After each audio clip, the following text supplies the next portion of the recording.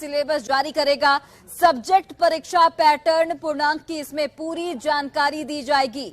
Objective प्रश्न का जो ऑप्शन है वो आसान नहीं होगा, ये भी जानकारी निकलकर सामने आ रही है। तुक्का लगाने पर आपको बड़ा नुकसान हो सकता है। बीपीएससी अपने स्तर का प्रश्न पूछेगा। महीने के अंत तक विज्ञापन देने की भी यहां पर तैयारी है। और चलिए, हमारे सहयोगी रजनीश इस वक्त जुड़ गए हैं। रजनीश, 16 मई तक सिलेबस भी जारी हो सकता है और महीने के अंत तक विज्ञापन देने की तैयारी, क्या कुछ जानकारी आपके पास? बिल्कुल, देखिए, बीपीएससी और शिक्षा विभाग ने अहम बैठक की है और बैठक में जो है सहमति बन गई है कि अब सिलेबस जो है अगले 4 दिनों के अंदर यानी 16 मई तक जो है सिलेबस जारी कर दिया जाएगा। क्योंकि पैटर्न को लेकर, पूर्णांक को लेकर और जो मार्किंग पॉलिसी है उसको लेकर जो अभ्यर्थी हैं उन्हें अभी तक कुछ भी सही जानकारी नहीं मिल सकी है। ऐसे में ये क्लियर हो जाएगा सिलेबस जारी होने के बाद कि आखिर जो सवाल का पैटर्न रहेगा, जो पूर्णांक रहेगा कितने का होगा और पैटर्न किस तरह का होगा। ऑब्जेक्टिव जो क्वेश्चन की बात आ रही है उसका पूर्णांक 100 रहेगा या 200 रहेगा। हालांकि जो सूत्रों के हवाले से खबर आ रही है कि 16 मई तक जो है पूरी तैयारी है सिलेबस जारी करने की और इस महीने के अंत तक विज्ञापन भी जारी करने का आयोग जो है पूरी तैयारी कर लिया है। बता दें आपको कि शिक्षा विभाग के अपर मुख्य सचिव दीपक कुमार सिंह और लोक सेवा आयोग के जो अध्यक्ष हैं अतुल प्रसाद, दोनों ने बैठक की है और एक्सपर्ट के द्वारा ये सिलेबस तैयार कराया गया है, जिस सिलेबस में एक तरफ ये कहा जाए कि बीपीएससी अपने अनुरूप सवाल करने की तैयारी में है। अतुल प्रसाद ने ट्वीट करके भी जानकारी दे दी है कि आसान नहीं होगा तुक्का मारना। मतलब ये है साफ कि ऑब्जेक्टिव क्वेश्चन में जो है सिमिलर सवाल पूछे जाएंगे, यानी आप तुक्का लगाकर अगर चाहेंगे कि सही जवाब हो जाए तो आपको नुकसान हो सकता है।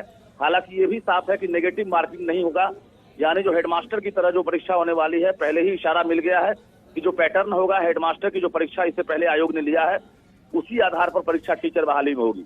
लेकिन ये क्लियर है कि अगले 4 दिनों में जो अभ्यर्थी हैं उनका इंतजार खत्म होगा और सिलेबस के बाद ये क्लियर हो जाएगा कि आखिर परीक्षा का पैटर्न क्या होगा, पूर्णांक क्या होगा। जी रजनीश, जिस तरीके से जो नियोजित शिक्षक है उनकी ओर से लगातार इस नियमावली का विरोध किया जा रहा है, लेकिन सरकार पर कोई असर होता यहाँ पर नहीं दिखता। बिल्कुल, देखिए, कई ऐसे पहलू हैं जिस पर जो है लगातार डिमांड किया जा रहा है कि ये जो है मंजूर नहीं है, लेकिन शिक्षा मंत्री चंद्रशेखर ने साफ तौर से इनकार कर दिया है।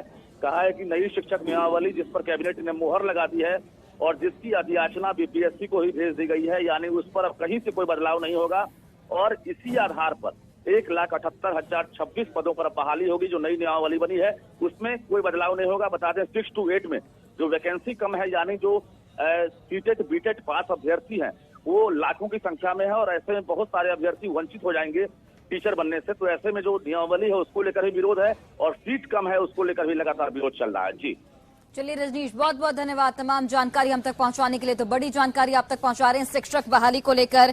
16 मई तक सिलेबस जारी हो सकता है। बीपीएससी सिलेबस जारी करेगा। सब्जेक्ट परीक्षा पैटर्न पूर्णांक को लेकर सिलेबस में पूरी जानकारी दी जाएगी। ऑब्जेक्टिव प्रश्न के जो ऑप्शन होंगे वो आसान नहीं होंगे।